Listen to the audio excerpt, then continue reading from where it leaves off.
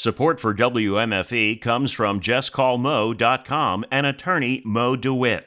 As a Central Florida native, Mo DeWitt is committed to offering legal guidance in personal injury cases such as car accidents and slip and falls. Offices in Orlando. More at JustCallMo.com. Welcome to Engage, leading conversations that matter.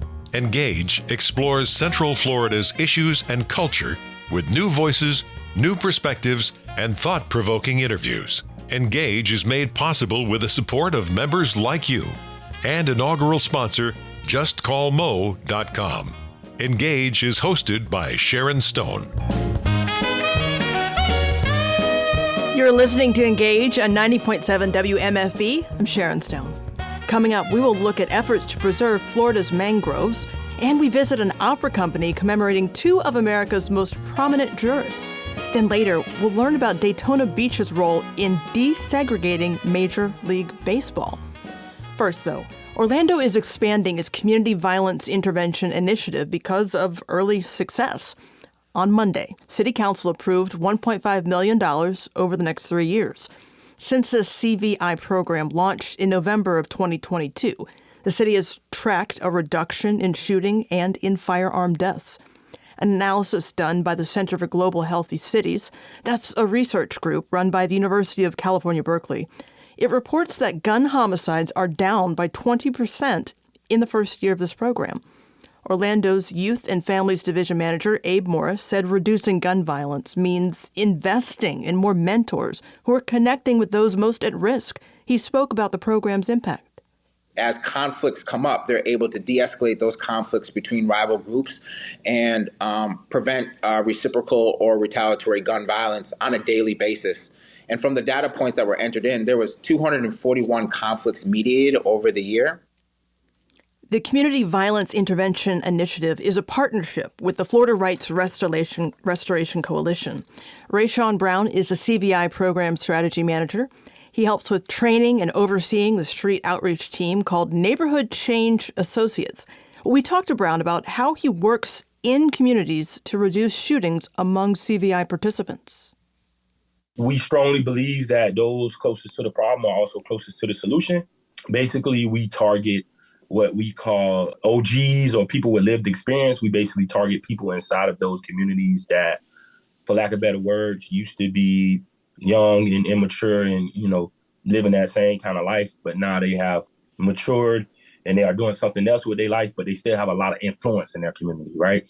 So you can't buy influence, right? No matter how good your resume is, how much strength you bring, nobody can buy influence. That is something that is built over time. Nobody can buy relationships. That is something that is built over time.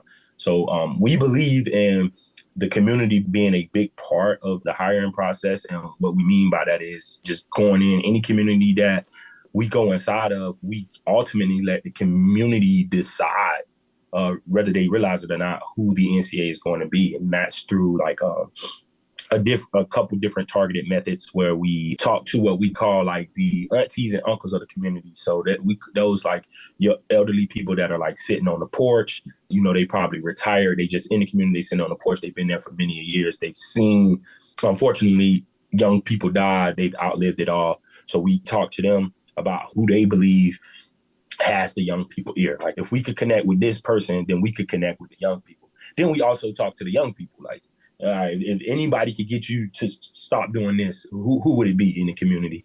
Then we also talk to local business owners. We believe they play a big part in your local convenience stores, your fast food. When there's a situation at the store, right? Who do you call when you need to calm a situation down? Who ultimately comes in? Who has the respect?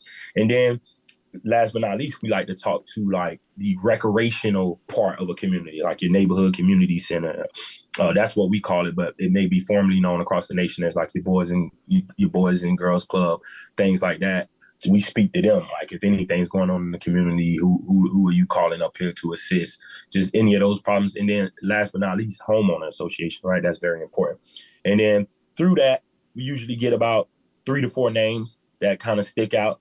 And then we approach these gentlemen and we say, basically, how would you like to be paid to, for lack of better words, hang in your community and combat violence, be violence deterrence. A lot of the times, most of these guys are already doing this work. They're just not getting paid to do it. So they're working full-time jobs, feeding their families, and then they doing it on the side, doing a little community event here, doing a little community event there.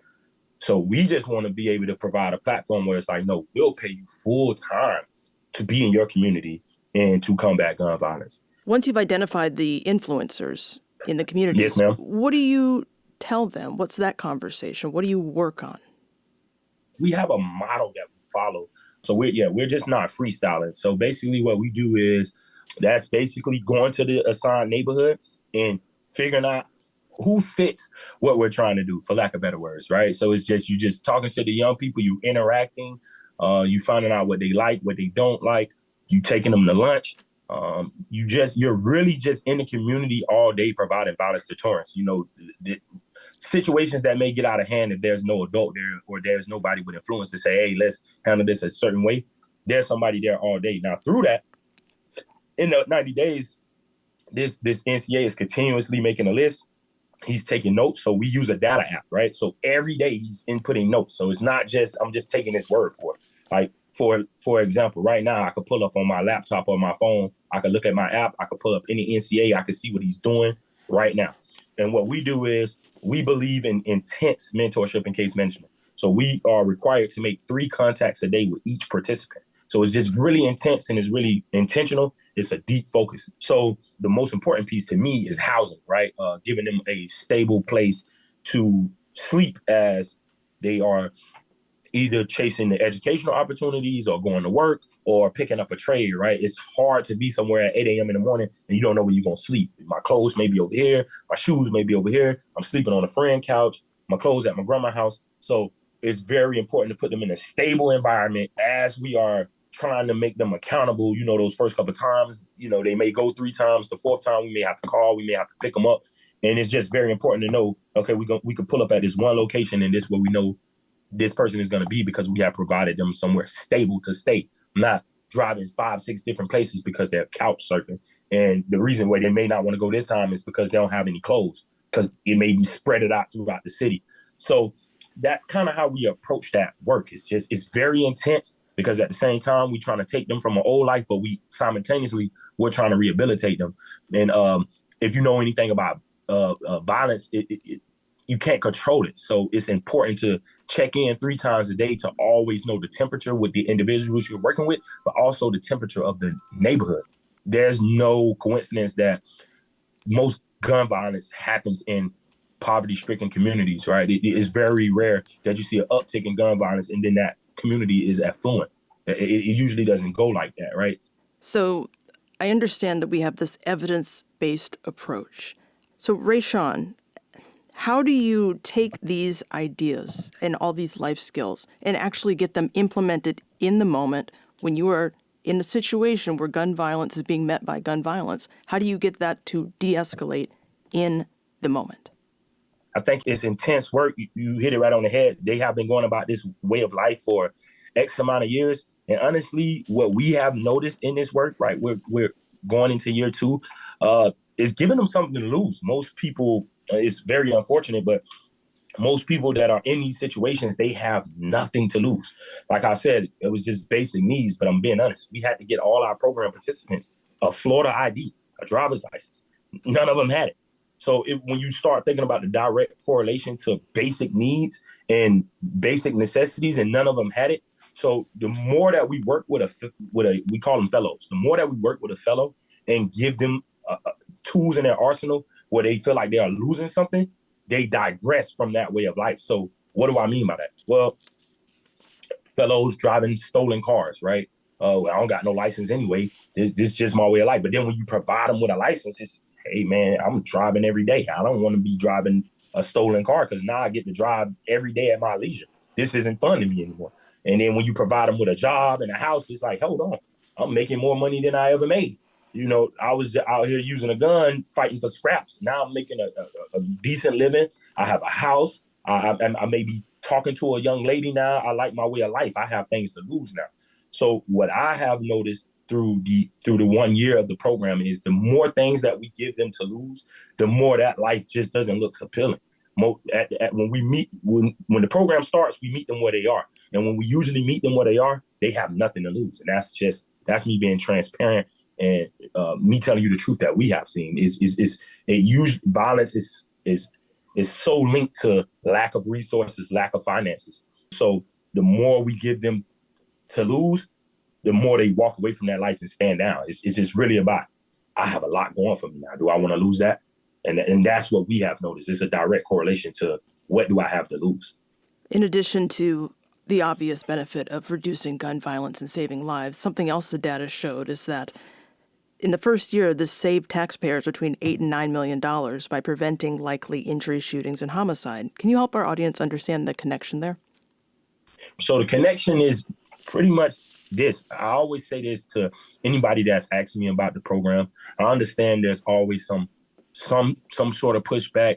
And for people that don't understand the emotional appeal, we can all understand the finances of it. And basically, is this. Every time someone is shot and killed, it costs us about $1 million. By the time you add everything into it, the crime scene investigators, the OPD, the court system, everything that goes into that, it costs the taxpayers about $1 million per murder. Per GSW gunshot wound, I think it's about half of that, or maybe like 400,000. So when you're looking at that from this year to last year, since the program has launched in the city of Orlando, it's about 52, 53 people less shot than the previous year. So when you do that and multiply that by that number, the program essentially paid for itself 9 times over, right? We operating off a $1.5 million budget, but there's 52 people that shot. So the program, it paid for itself. So for people that just, more so understand numbers and finances, that's how we were able to do that. Because like I said, every time somebody is murdered in the city of Orlando, it costs us about $1 million. So anytime that we're reducing violence and reducing shootings, we're saving our city money. So I look at it like that. If it costed us 1.5 million to save us 10 million, then we're doing something right. We're talking to Rayshawn Brown, Community Violence Intervention Program Strategy Manager. In talking to you, this seems very personal. Where is this passion coming from? So I was born and raised in the Paramore community, Jackson Street to be specific. And, I saw violence at a really young age. And for the longest time, I thought it was, for lack of better words, normal. But that was my environment. I remember walking to school, going to school. I hate to use this term, we called them crackheads, but I saw people that used drugs. I saw needles on the ground. I always heard police cars, ambulance, there was never such thing as a quiet night, and it became the norm. And I saw people, suffering from, gunshot wounds. I heard gunshots. I heard, shootings. So that, just carrying that as a child and never realizing that trauma in itself, just letting that become a normal way of life and thinking that that's normal. And then, now getting into my, teenage years, young adult, 18, 19, and losing my first childhood friend to gun violence. And then take it a step further in my early 20s, one of my childhood best friends was doing some community work, and then he got murdered in a drive-by shooting. So it was very personal from the standpoint of I could understand at a soul level where it can go wrong.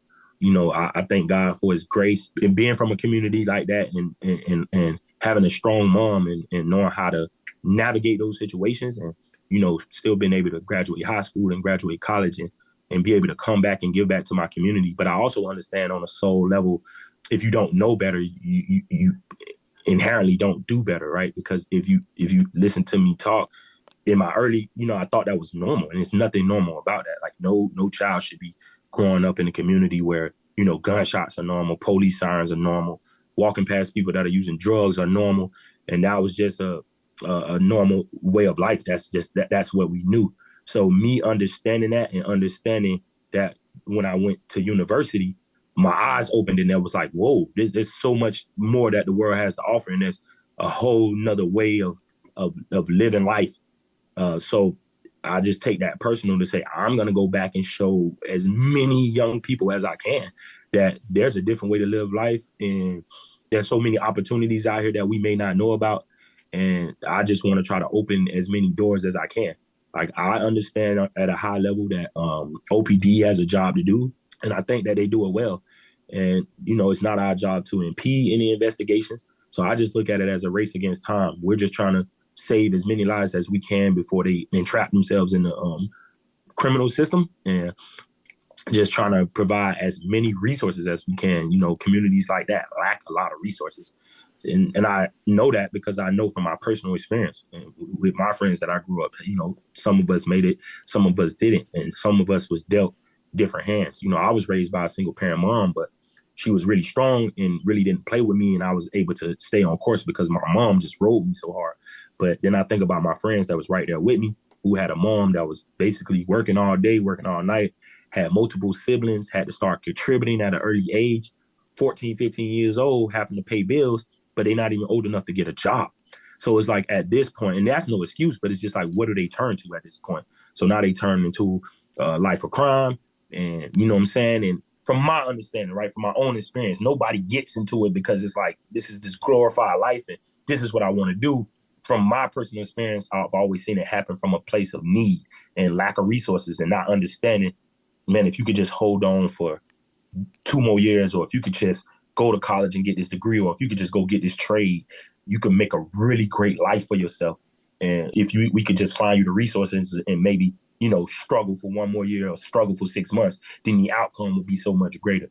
So I just think, that's my personal plight. Just is my job to just try to provide as many resources to communities that lack it as possible. And it's personal because I've lost childhood friends because of those situations. There's statistics that say if you're from this community, before you're even born, no matter what, the odds of you becoming successful are low.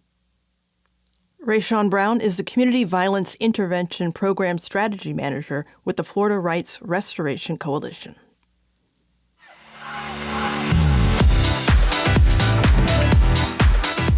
There is more ahead here on Engage, an operatic take on the RBG Scalia story, how that pairing makes the perfect pitch on stage, plus a push to protect the health of the Indian River Lagoon and Central Florida coastlines. If you miss any part of the show today, you can always listen when it's convenient for you. This program will be available on demand at WMFE.org.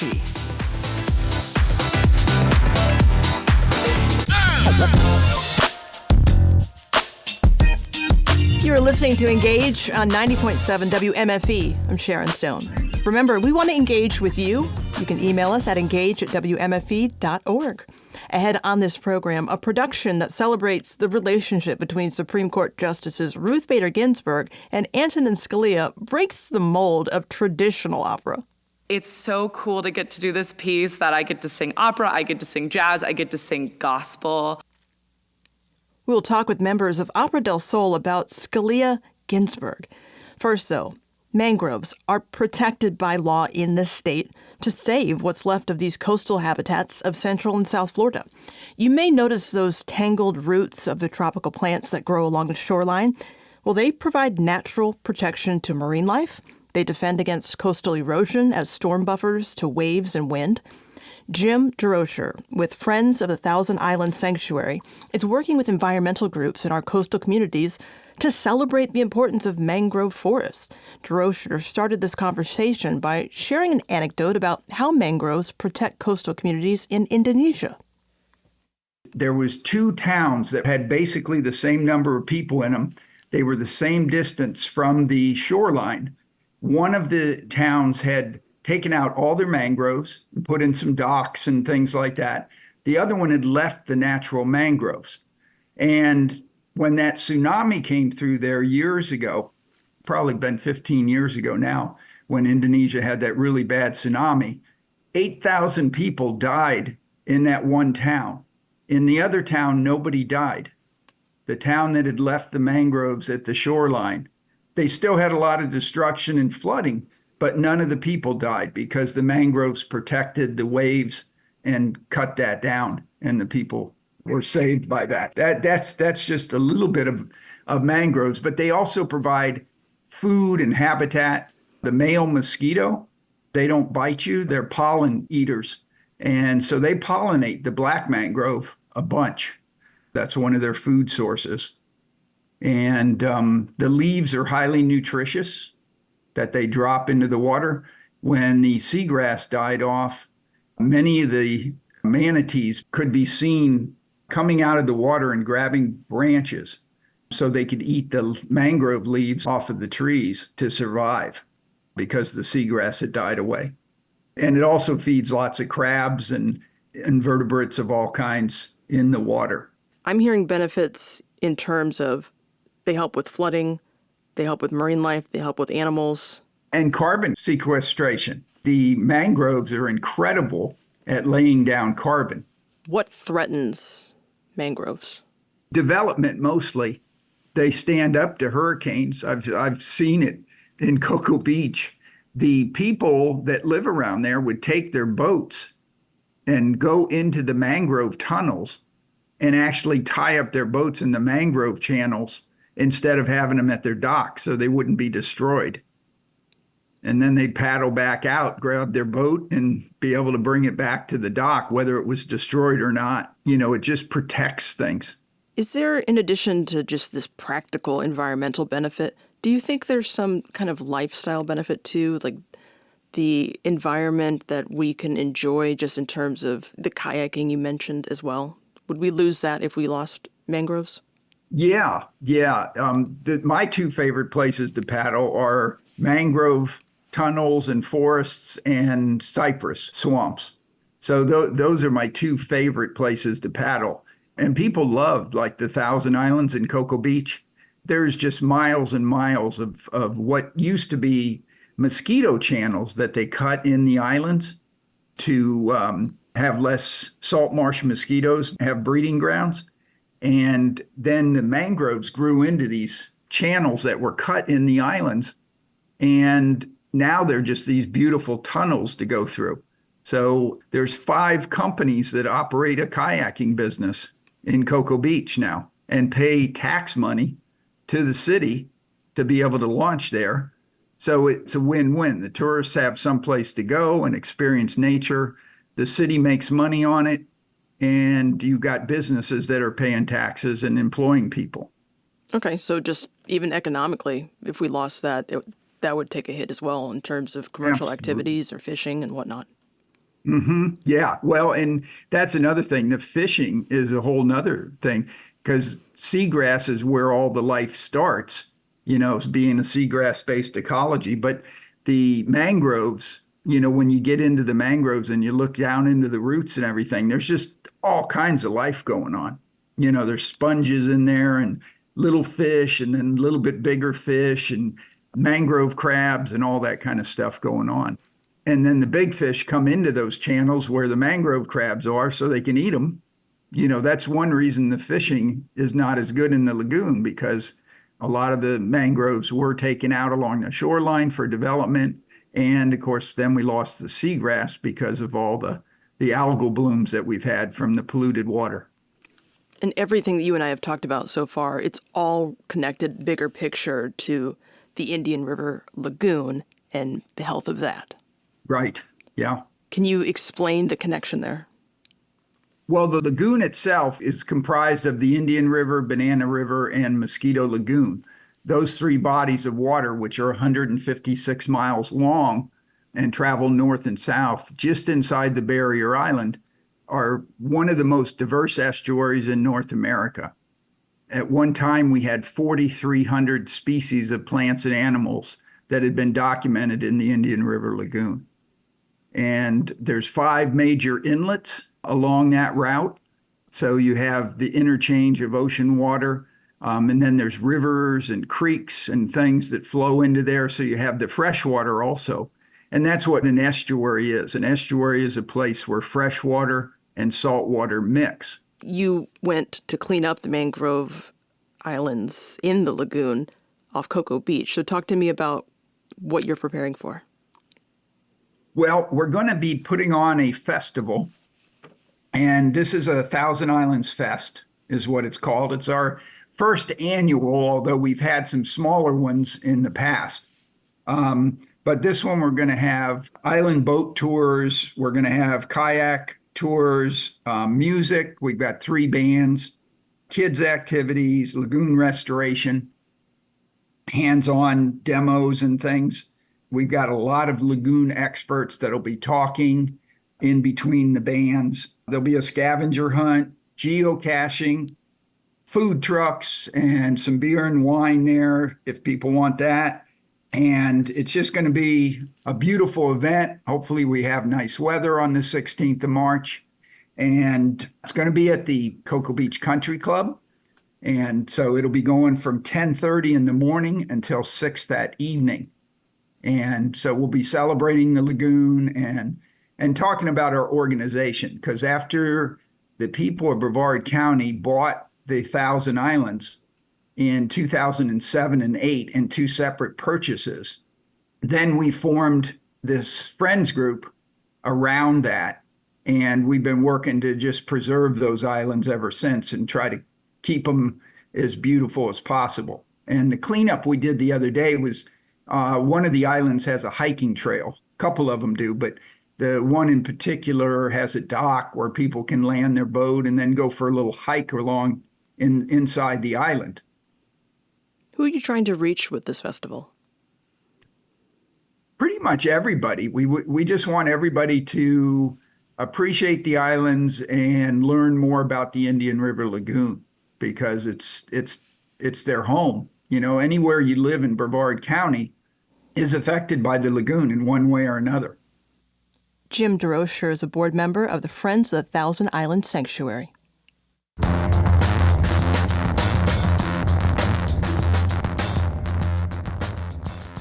Supreme Court Justices Antonin Scalia and Ruth Bader Ginsburg couldn't have been farther away from each other on the ideological spectrum. Scalia, the Reagan-appointed arch-conservative who solidified Republican ideals in the court for 3 decades, and Bader Ginsburg, the progressive Clinton appointee who ushered in a new era of women justices on the nation's highest bench. But despite their ideological differences, they found a bond that lasted until Scalia's passing in 2016. They did have a lot in common. They were both the children of immigrants, Scalia raised in Trenton, Bader Ginsburg in Brooklyn. Both attended Ivy League schools, and they both shared an obsessive love of opera. They regularly attended performance together. They took voice lessons together. And in 2016, Scalia attended Bader Ginsburg's debut in the Washington National Opera's performance. It was this bond that inspired composer Derek Wang to create Scalia-Ginsburg, a one-act opera that captures both the political chasm and the shared appreciation of art that defined their relationship.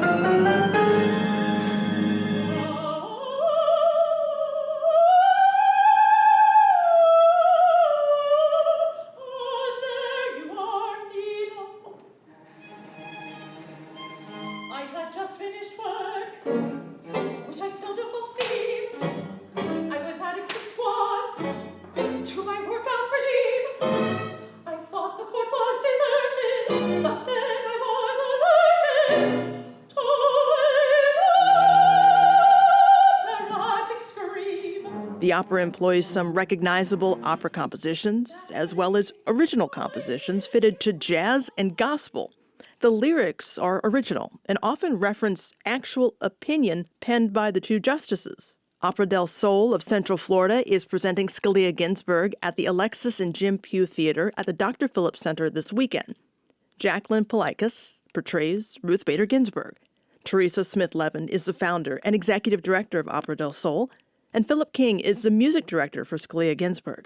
We caught up with the trio on stage at the Pugh Theater to talk about Scalia-Ginsburg, and the conversation began with Teresa explaining why this piece is a good entree for newcomers to opera.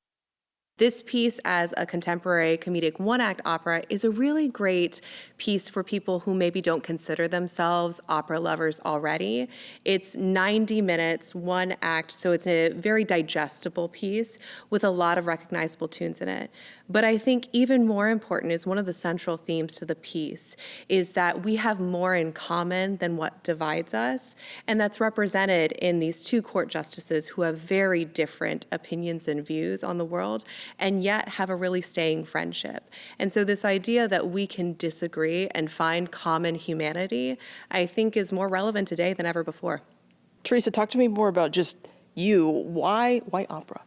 So I was always a singer. My earliest memories are of being a singer, and I studied voice all through high school and college. My undergraduate degrees are in music education and a master's in vocal performance. And when I came back to Orlando after grad school, I was performing and really overnight found myself founding a nonprofit in 2012. So we've been around, this is our 11th season that we're entering. And in that time have really hard-won knowledge about nonprofit management. I didn't have any training in that. And what I have learned is that I can take this passion and this exploration of art and singing that has made me who I am and scale that and share that to people across our community. I feel like people who like opera love it and appreciate it. Would you agree with that? So it's interesting. I have a slightly different take. Okay. I think that a lot of times we have this idea of what opera is that is really a limited lens, honestly. And so when you think of a traditional audience member, you tend to think of somebody who's a bit older, typically white, typically wealthy. And I think that that does a huge disservice to the community at large. I think we have taken the genre and put it in a tower where it's only for certain people. And we really want to break those walls. We think that whether it's musical theater or opera, just beautiful art and storytelling is meant for everyone.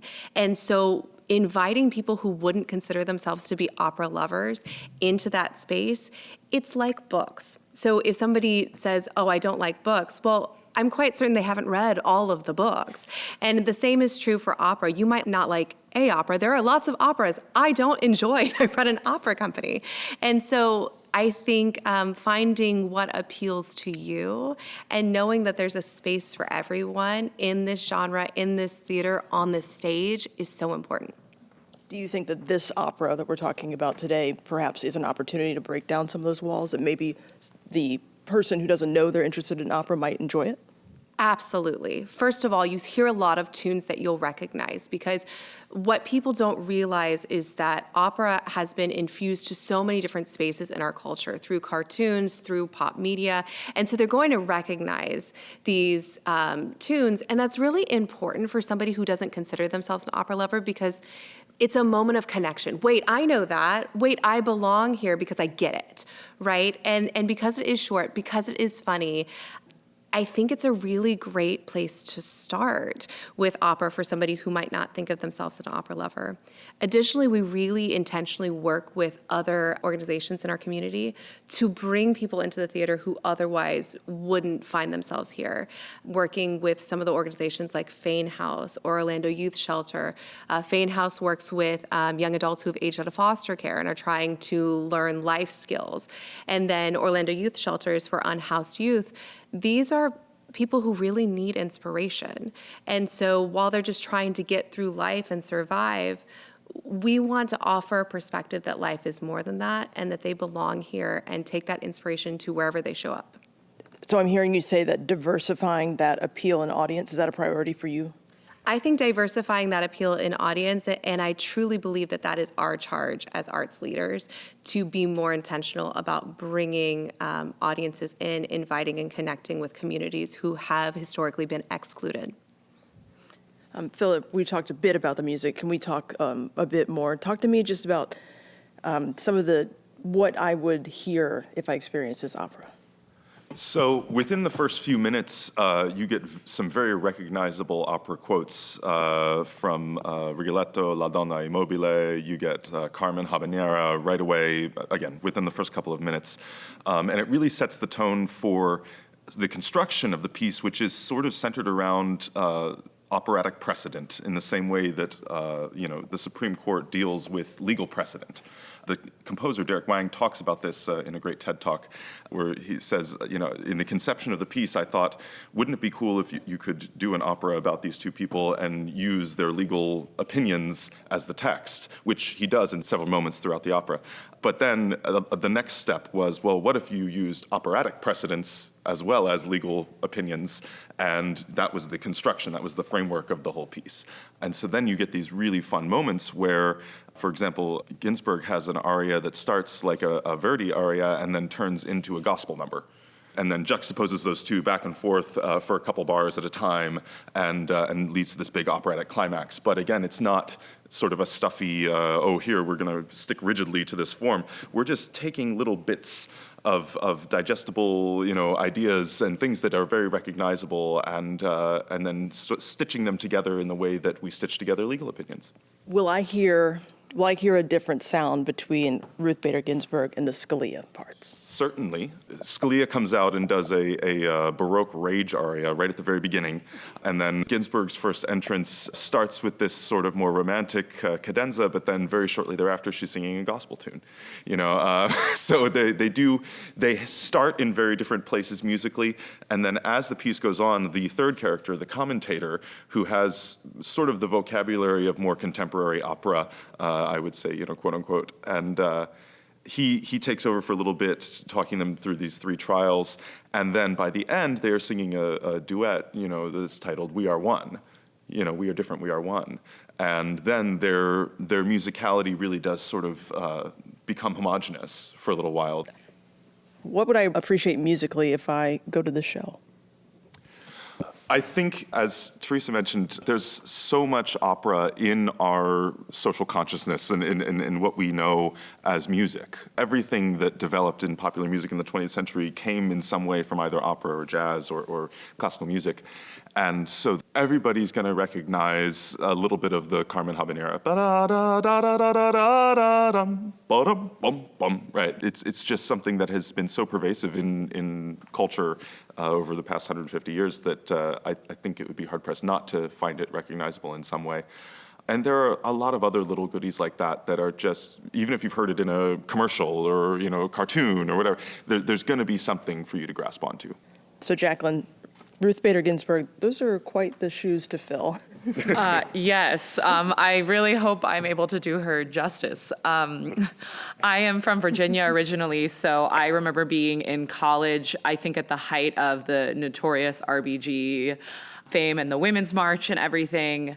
And I also think that I am kind of lucky in the cast because she's not only someone that I really admire personally, but I do agree with a lot of her thoughts and opinions, so it makes it really easy to kind of slip into a lot of the texts that I get to sing. Do you ever get nervous about hitting those notes? 100%. So the role of Ruth says that it's for a high mezzo or a soprano, and I am a mezzo-soprano, so there's been a lot of, from a technical standpoint, working with my teacher to make sure everything's released and free up there. I was really excited because yesterday we had our first preview performance, and I was like, yes, I did it, finally. Do you have any unusual warm-up techniques? I do a lot of stuff on a rolled R, like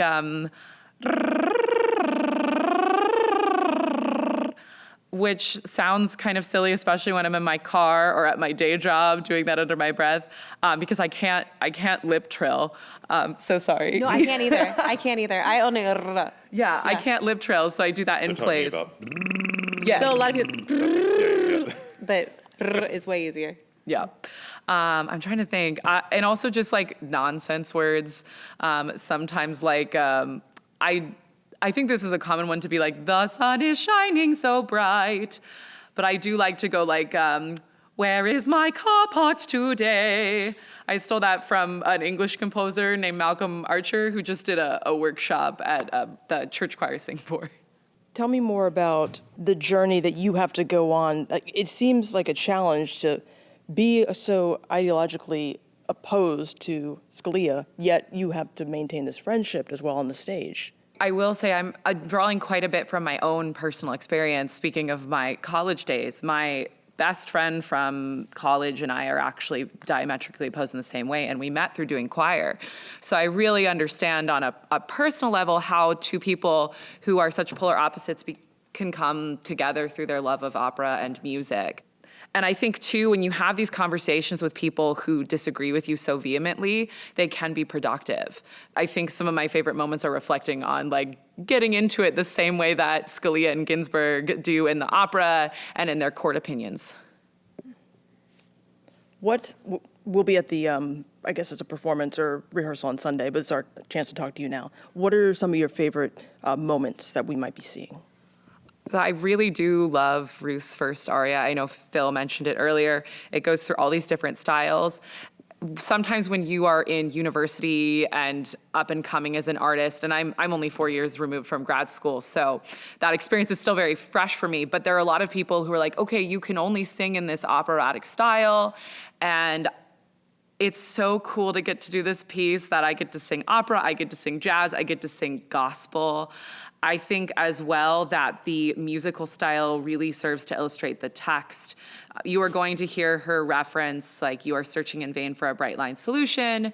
You're going to hear her reference a lot of her thoughts and opinions in that about she's always standing up for the underdog, and it really comes through in that aria. I get very excited to sing it because it feels, it's really hopeful to get to express those things out loud and hopefully share those with people who need to hear them. What do you hope people in the audience take from your performance?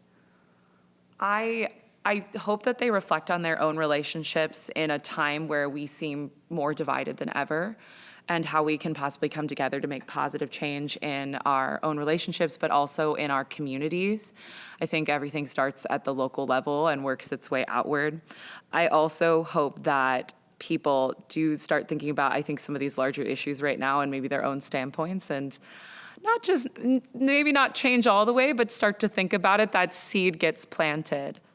That's Jacqueline Falikis, Teresa Smith-Levin, and Philip King on Opera del Sol's production of Scalia-Ginsburg. It runs this weekend.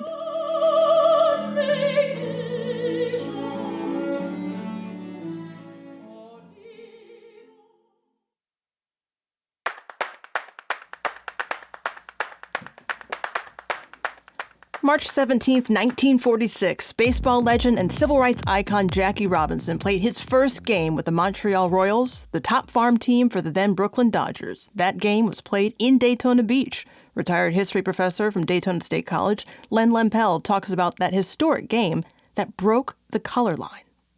The original plan was for the spring training to be split between Sanford and Daytona Beach. And Jackie Robinson and the Royals, they went to Sanford, but Jackie Robinson received a death threat. He was staying with a black family in Sanford, and a message was delivered. And it wasn't just Jackie Robinson. It was another black baseball player, Johnny Wright, who was trying to make the team as well. And of course, Jackie Robinson got by far the most press, and the focus was on him because Johnny Wright was not seen as likely to make the major leagues, and subsequently was dropped by the Montreal Royals after a short stay. But initially, they were both brought up to be with the Montreal Royals. So Johnny Wright and Robinson were in Sanford, but they received a death threat. They said if these aren't out by nightfall, there was going to be trouble. And that was enough. That threat was enough. And there was other aspects. You had reporters from the Negro press covering Jackie Robinson, and they were uncomfortable in Sanford, and they packed up and left in the middle of the night. And that was the end of spring training in Sanford. And then, during spring training, they went to different cities in Florida, and wherever they tried to play, they were either told they couldn't take the field, they were barred from the field, or they received threats. And the only place they ended up playing really was in Daytona Beach. Why was Daytona willing to allow Robinson to play? There are a few reasons. One was the presence of Mary McLeod Bethune Cookman College. And by that time, Mary McLeod Bethune was a national icon, a national figure. She had been in the Roosevelt administration. She had been the only Black director of one of the New Deal programs. She was head of the Minority Affairs Division of the National Youth Administration. So she had an administrative office that no other Black person, male or female, had. And she was very influential. In fact, Eleanor Roosevelt visited her in Daytona Beach. So there was that presence of Mary McLeod Bethune and her school, which made race relations better in Daytona than most other places in the South. But there was another factor, and that had to do with Blacks having political influence in Daytona. Daytona was settled by white Northerners, so there were Blacks voting in Daytona going back to its founding. But in the late 1920s, something happened which made Daytona very unique. And this was shortly after the modern-day Daytona Beach formed. It consolidated in 1926. The mainland Daytona, the majority of the population was Black. And then the beachside communities of Daytona Beach and Seabreeze, they combined in 1926 to form the modern-day Daytona Beach. The second mayor, actually, who was elected was a man by the name of Edward Armstrong. And what he did was put together a biracial coalition. He encouraged large numbers of Blacks to vote, which was unheard of at that time in the South. There was only like two other cities, Memphis and San Antonio, Texas, where you had that kind of a coalition of whites and non-whites voting in large numbers. And Armstrong put together a powerful political machine. And for the next decade, he would rule Daytona with city commissioners aligned with him with this Black coalition. And in return, Blacks, for their vote, they received patronage and other advantages.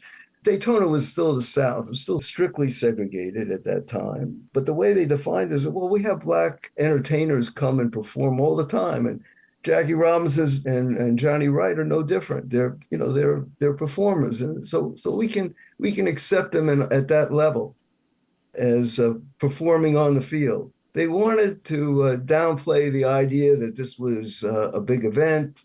There wasn't a whole lot of news coverage by the white press in Daytona, and the city officials just kind of brushed it off and said, it's no big deal. It's just a couple of Black entertainers coming to town. And the reality is it was a big deal, but they wanted it to succeed because they depended on Black community to come out and vote for them. And also, Daytona is a resort town. They didn't want to draw attention and drive away visitors from Daytona. I think those are the major factors that went into the town being different from any other town in Florida in terms of accepting Jackie Robinson and Johnny Wright to play and to have that momentous game on March 17th, 1946.